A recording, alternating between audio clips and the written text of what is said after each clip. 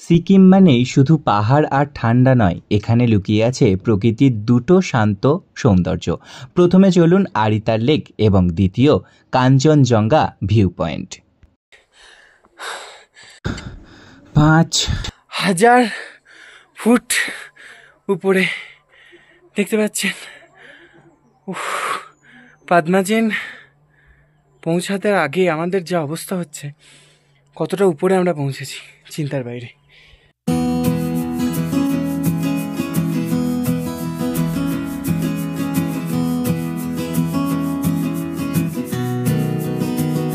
বিনায়ক মন্দির দর্শন করার পরে আমরা চলে যাব কাঞ্চনজঙ্ঘা ভিউ পয়েন্ট।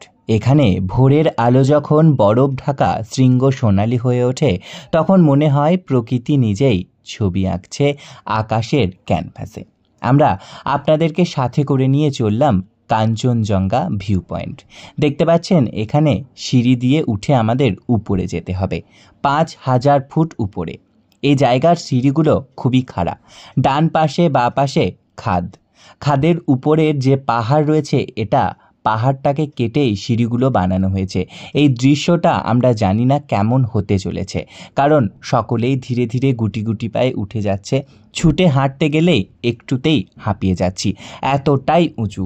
সেই দৃশ্য আমরা বর্তমানে আপনাদেরকে দেখাচ্ছি। দেখুন কতটা খাদ, এদিকে বা ওদিকে কোনো দিকেই কিন্তু ধরার কোনো জায়গা নেই। এদিকে পাহাড়ের গা বেয়ে সকলে ধীরে ধীরে উঠে যাচ্ছে। আমরা চলে এসেছি 5000 ফুট উপরে দেখতে পাচ্ছেন। পাদমাজিন পৌঁছাতে আগে আমাদের যা অবস্থা হচ্ছে, কতটা উপরে আমরা পৌঁছেছি চিন্তার বাইরে। এখানে উঠে সবার প্রথমে এই যে মন্দিরটা রয়েছে আপনাদেরকে দেখাই। এত 1000 ফুট উপরে এই মন্দিরটাতে সবার প্রথম আমরা প্রবেশ করলাম, জুতো খুলে তারপর মন্দিরে প্রণাম করলাম এবং আপনাদেরকেও আমরা সঙ্গে রাখলাম।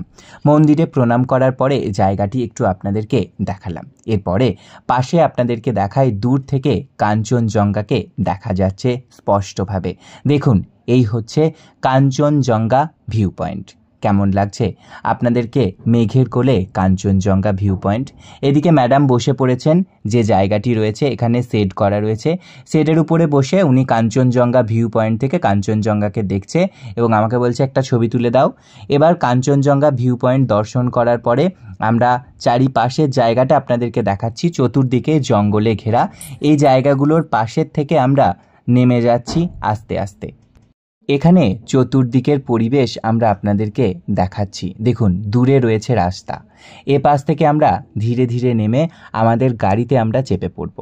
আমাদের গাড়িতে চাপার পূর্বে আপনাদেরকে এই যে আমরা নিচেতে এসেছি, নিচে থেকে আমরা কতটা উপরে গেছিলাম আপনাদেরকে সেটা একবার দেখিয়ে দিলাম।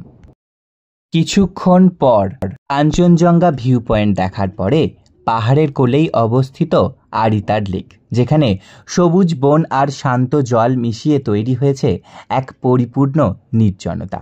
নৌকোবিহার, সূর্যাস্তের রঙিন ঝিলিক যেন এক নিঃশব্দ কবিতা। আমরা এতক্ষণ ছিলাম ওই উপরে, দেখতে পাচ্ছেন ওখান থেকে আমরা কাঞ্চনজঙ্ঘা ভিউ পয়েন্ট দেখছিলাম এবং নিচে এসেছি। নিচে এত সুন্দর একটি লেক রয়েছে, যে লেকটির নাম আরিতার লেক।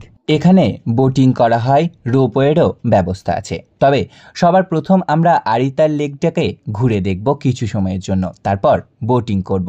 সঙ্গে থাকুন।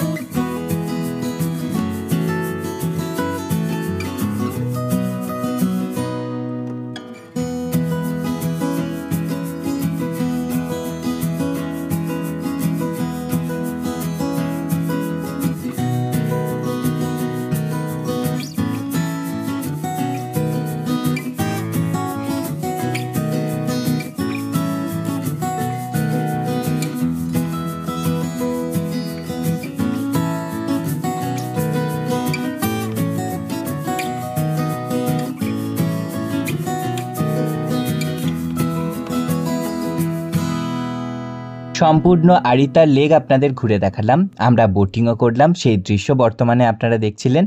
আমাদের বোটিং করা কমপ্লিট। এবার আমরা বোট থেকে উঠে যাব। আমাদের যে টাইম ছিল সেই টাইমের কম সময়ে বোটিং করলাম, কোনো ব্যাপার না, উঠে পড়লাম।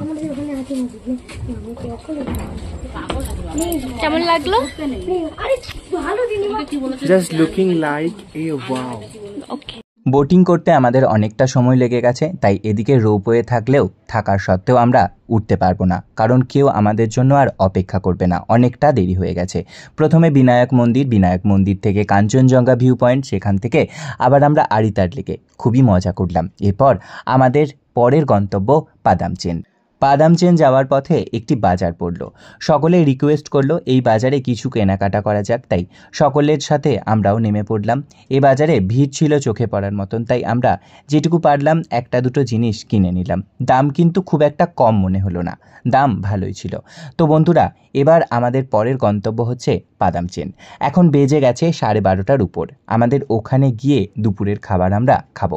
দেখতে পাচ্ছেন পাহাড়ে ঘেরা জায়গা, যতই দেখছি আমরা কিন্তু মুগ্ধ হয়ে যাচ্ছি।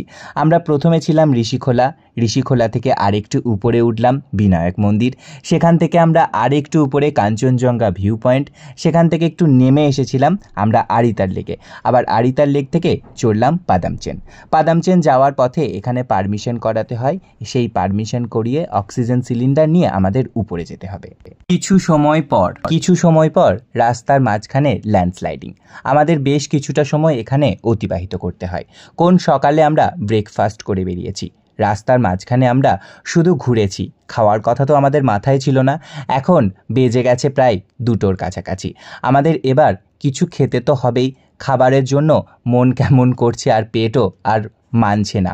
তার মাঝখানে ল্যান্ডস্লাইডিং হয়ে গেছে, আমাদের দাঁড়িয়ে থাকতে হবে, তবু চটজলদি কাজ করছে। কাজ করার পরে আমাদের গাড়ি আবারও ছেড়ে দেয়। আমরা ধীরে ধীরে আরও উপরে উঠতে থাকি। যত উপরে উঠছি ঠান্ডা বাড়ছে, তবে পেটের মধ্যে কিছু থাকলে কিন্তু বন্ধুরা এই জিনিসগুলোকে কিছু মনে হয় না, কিছু পেটের মধ্যে কিছু না থাকলে মনে হয় যে কতক্ষণে আমরা কিছু খাবো, সেরকম ব্যাপারও হয়েছে আমাদের। তবে ল্যান্ডস্লাইডিংয়ের কাজটা খুব তাড়াতাড়ি কমপ্লিট হয়ে গেছে, আমাদের গাড়ি চলতেও শুরু করে দিয়েছে। অবশেষে দুপুর 3:30 পর আমরা পাদামচেনে পৌঁছে গেলাম। এরপর খাওয়া দাওয়া, স্নান। তো বন্ধুরা, পাদামচেনের ভিডিওতে আপনাদের সাথে পরবর্তী ভিডিওতে দেখা হচ্ছে। এই ভিডিওটি ভালো লাগলে অবশ্যই একটি লাইক, কমেন্ট, শেয়ার, মন থেকে সাবস্ক্রাইব করে পাশে থাকুন। নতুন ভিডিও নিয়ে ফিরছি খুব শীঘ্রই। এবার আমরা গিয়ে খাওয়া দাওয়া করছি, দেখা হচ্ছে পরের ভিডিওতে।